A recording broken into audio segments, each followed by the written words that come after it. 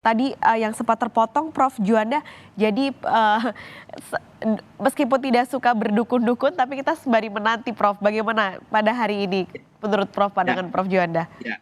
Saya fokus kepada persoalan objek yang dimohonkan, yaitu adalah batas maksimal. Jadi memang di dalam pasal 169Q ya Undang-Undang 7 2017 itu ya disebutkan secara tegas sebelum putusan Mahkamah Konstitusi nomor 90 kemarin adalah ya paling rendah usia dari capres cawapres itu adalah 40 tahun. Tetapi ditambah lagi, terlepas dari pro kontra terhadap tambahan norma, saya mengatakan itu tambahan norma.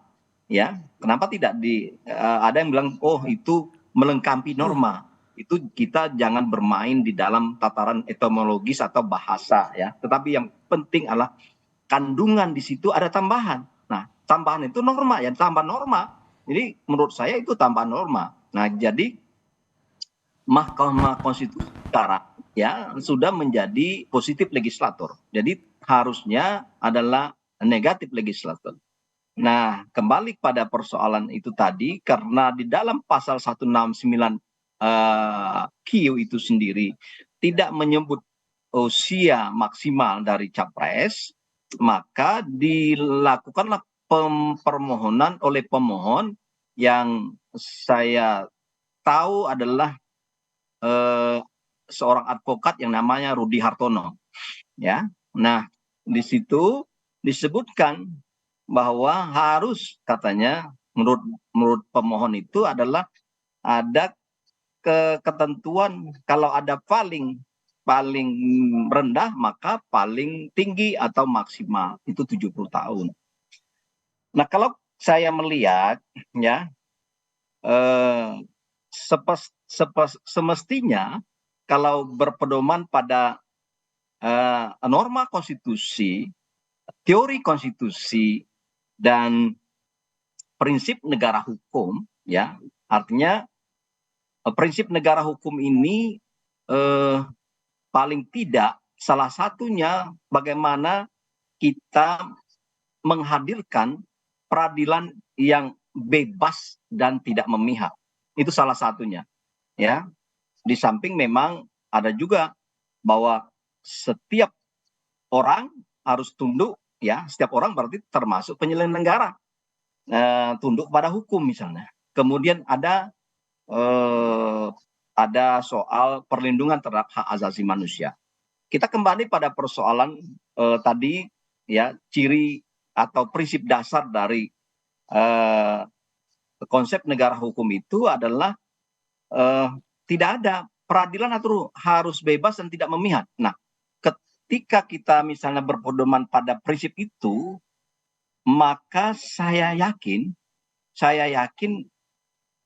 putusan ini akan menolak. Artinya dengan argumentasi yang dibangun oleh masing-masing hakim konstitusi, dan saya pikir ya dalam prediksi saya kelihatannya berbeda dengan putusan nomor 90 di mana perbandingan hakim konstitusi itu 4 melakukan dissenting opinion dan 2 lagi occurring the opinion ya, dan 3 secara utuh kemarin itu adalah mengabulkan permohonan pemohon, sehingga amar putusannya dibacakan kesimpulan dari majelis itu adalah 5-4.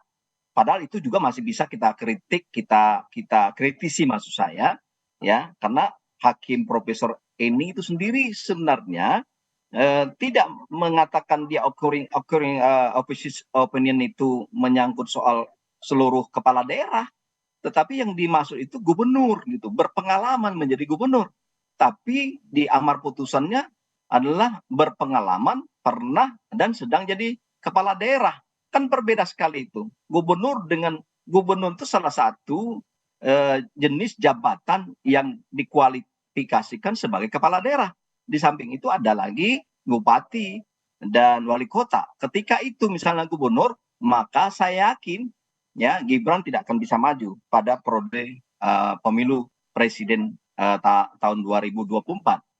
Nah, kalau begitu maka ya kalau berpedoman pada prinsip negara hukum, konstitusi ya, maka putusan hari ini saya mengatakan bulat hakim itu karena 4 sudah pasti.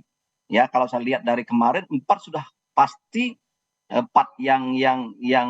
yang menolak ya eh, permohonan-permohonan di perkara nomor 90 pasti hari ini juga menolak ya karena dia harus konsisten dengan apa yang disampaikan dengan argumentasi hukum yang dia Senin yang lalu. Dan 5 lagi saya pikir karena di samping memang mungkin sudah kembali ke jalan yang benar ya atau 3 paling tidak sudah kembali ke jalan benar sehingga bulat nanti hakim konstitusi mengatakan bahwa pengaturan tentang maksimal 70 tahun itu adalah dianggap sebagai open legal policy. Open legal policy artinya adalah soal usia ini adalah wewenang dari pembentuk undang-undang. Nah, sehingga nanti itu akan dibangunlah konstruksi reasoning hukumnya ya untuk memperkuat bahwa untuk membatasi atau untuk mengatur tentang soal usia maksimal itu pada prinsipnya sama dengan soal pengaturan usia minimal. Tetapi waktu itu kemarin ditambah lagi ada kata-kata pernah dan sedang ya berpengalaman menjadi kepala daerah dan seterusnya termasuk DPRD melalui jabatan-jabatan yang diperoleh dari pemilu misalnya. Dan oleh karena itu ya hari ini saya memprediksi tidak ada terjadi dissenting opinion ya. Kalau menurut saya semuanya akan menolak, semuanya akan menolak. Nah, dengan argumentasi masing-masing mungkin atau sepakat bahwa itu adalah sebagai wewenang dari pembentuk undang-undang dan mungkin bisa saja diajukan berbagai alat uji dari norma konstitusi dipakai oleh para hakim konstitusi itu sendiri untuk mematahkan ya permohonan pemohon. Saya kira itu. Jadi akhirnya saya ada yang menduga atau yang berkeinginan dengan putusan 107 ini Pak Prabowo khususnya tidak bisa mencalon, saya kira tidak melihat ada peluang itu.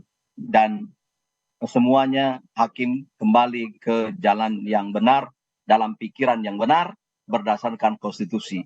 Apalagi kalau kita lahirkan dengan ada pemikiran politik ya seandainya ini diterima dikabulkan bahasanya dikabulkan permohonan ini maka ini terjadi tsunami politik buat Prabowo Subianto ya artinya kalau ini diterima maka Gibran akan harus mencari ya pasangan capres dan hal itulah rasanya tidak mungkin ya terjadi ya dan memang itu secara prinsip hukum harus ditolak ya ditolak jadi tidak dikabulkan saya kira itu sementara. Halo. Ini kan Prof, kalau tadi Prof banyak bicara soal usia maksimal ya Prof. Ini kayak waktu minggu lalu kita di prank gitu ya Prof. Di awal ditolak yang usia minimalnya, lalu tiba-tiba diterima yang soal kepala daerah. Kalau yang sekarang berarti Prof Juanda juga optimis bahwa yang ditolak gugatannya gak hanya usia, tapi juga soal gugatan lain Prof. Seperti misalnya pelanggar HAM tidak boleh maju, lalu juga poin soal gugatan ketika ada yang sudah 2 kali maju capres tidak boleh maju lagi, itu semua akan ditolak gugatannya. Nah itu lain lagi. Yang saya bahas tadi adalah soal bagaimana kita mengkonstruksi pemikiran hukum yang logik dan konsisten dan tegak lurus terhadap norma konstitusi dan prinsip negara hukum. Nah, itu yang saya jelaskan tadi. Artinya kalau kita membahas tentang soal usia, ya. Nah, tapi kalau misalnya untuk tidak atau tidak pernah menjadi pelanggaran HAM dimasukkan, ya, saya kira saya sependapat itu bisa diterima. Harusnya hakim konstitusi menerima, karena ya kalau memang ada terbukti seseorang calon itu pernah melakukan pelanggaran HAM berat atau HAM menengah atau istilahnya apa, ya, itu kan kejahatan juga, ya, dan kejahatan itu saya kira tidak boleh, ya. Kejahatan seperti itu merupakan salah satu jenis perbuatan yang tercela, ya.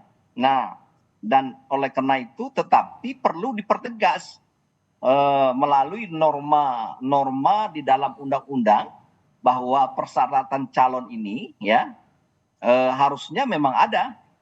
Sekali lagi, kalau memang mau hakim konstitusi yang 5 kemarin yang memutuskan mengabulkan sebagian itu, maka tolong konsisten, ya, bahwa ini cukup alasan sebenarnya untuk mengabulkan, khusus untuk tidak adanya calon atau bakal calon yang terbukti melakukan pelanggaran HAM. Karena Mbak tadi bertanya tentang pelanggaran HAM, saya pikir untuk sekarang dan ke depan saya setuju apabila norma yang ada sekarang adalah tidak pernah